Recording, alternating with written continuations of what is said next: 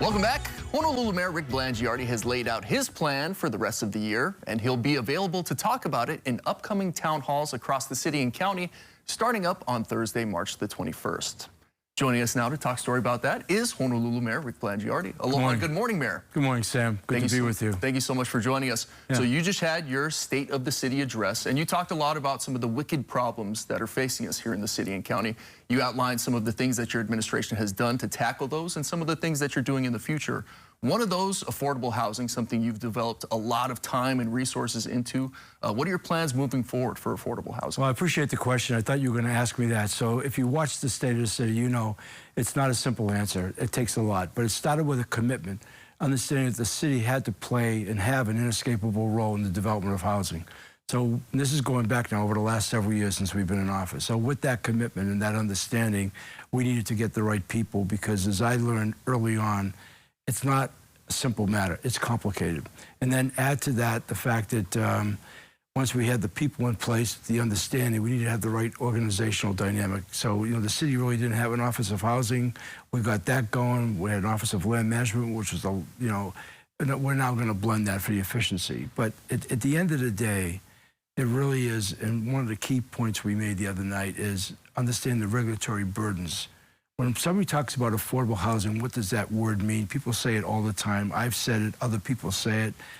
What's driving up costs? We understand living on an island, that we have shipping costs that are unusual and everything else that comes with the fact that we are in the middle of the ocean. But at the end of the day, we are the most over-regulated state in the country. And so I gave the example off of the UHERO report that the median price of a condominium on Oahu is $670,000.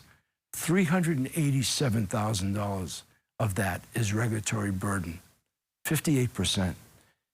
We can't sit idly by. The developers can't do much about the cost of shipping and materials. We deal with that. But when you look at it, that actually, in the context of what it would take to have affordable housing, is a nominal number. So we're going to address that. And that's why having the right organization, knowledge of people, and the collaboration with the state and getting laws changed is really key to our efforts going forward. And we're going to make that happen. And we've already begun. I mean, that was one of the things that I hope came across. We've already invested some $383 million in 18 projects around the island. We have a lot of momentum going. We've done some really, I'm proud of, good things to really address what we know is the single greatest burning crisis on this island, because we're all feeling it. We've seen it. COVID exacerbated it, but the out-migration is real. And young people just giving up because the math no longer works. We're in a service-oriented state. You don't make enough money to pay for the kind of price tags that are on so many of these properties. So if we don't do that, we're going to end up with a really incredible exodus of younger people. And I don't know who. This is a societal thing. So we're taking it as seriously as we possibly can. Some of those UHERO figures are staggering from the condominium research that they've done. When you look at executing this, does a lot of it go towards DPP, the Department of Planning and Permitting? They're inextricably linked, okay? Yeah. I mean, and one of the things that I'm really pleased with is we've made a lot of progress in DPP. And there's been decades of frustration. There were decades of dysfunction. You don't overcome that overnight. I gave some good examples the other day. One of the things that I did say clearly was not only the linkage in our housing and DPP, but also everything in between, from people building large commercial projects to really small, home improvements. All the things we're doing to streamline that with technology, the people, that we're doing things with the unions here to be able to pay our engineers better. None of this stuff happens, Sam, on a linear basis. These wicked problems are complex problems. And so it takes a while to set that up. But we understand the problems. And that took us a while to get to that place. In order to really solve a difficult problem, you have to really understand it. We're now, and that's what I'm pleased with, it's not a tomorrow kind of thing. We're in the business of executing. And that was one of the points that I hope came across the other night. We're already doing a lot of stuff. I gave some timetables. In fact, I went on record saying a year from tonight, this was last Thursday, it'll take 2 to 4 weeks, as opposed to well over a year, for a permit to be reviewed. And we talked about self-certification the other night. We talked about commercial permits that sometimes are years in the making, 6 months or less. All of that, because time is money, will be conducive not only to our economic recovery, but about creating places for people to live. And that is something that Hero has said will work as far as fixing this housing situation. When you look at some of the execution, you talked about transit-oriented development along the skyline, something that's very interesting. How do you feel like you can execute that, and what do you think that'll do for the usability of Skyline? Well, let me just say transit-oriented affordable housing along the skyline, because the word development sometimes takes on a lot of connotations. So we're focused on that. And I said also, we're not just acquiring properties, we're building communities. In any city, when Transportation Secretary Buttigieg was out here, we talked more about the real estate development of that than the mobility, if you will, that the skyline is going to afford people, given that proximity. That's happened in everywhere where systems like this have come in. So, look, we're excited about it. We already know right now the ridership is down around 3,600 a day.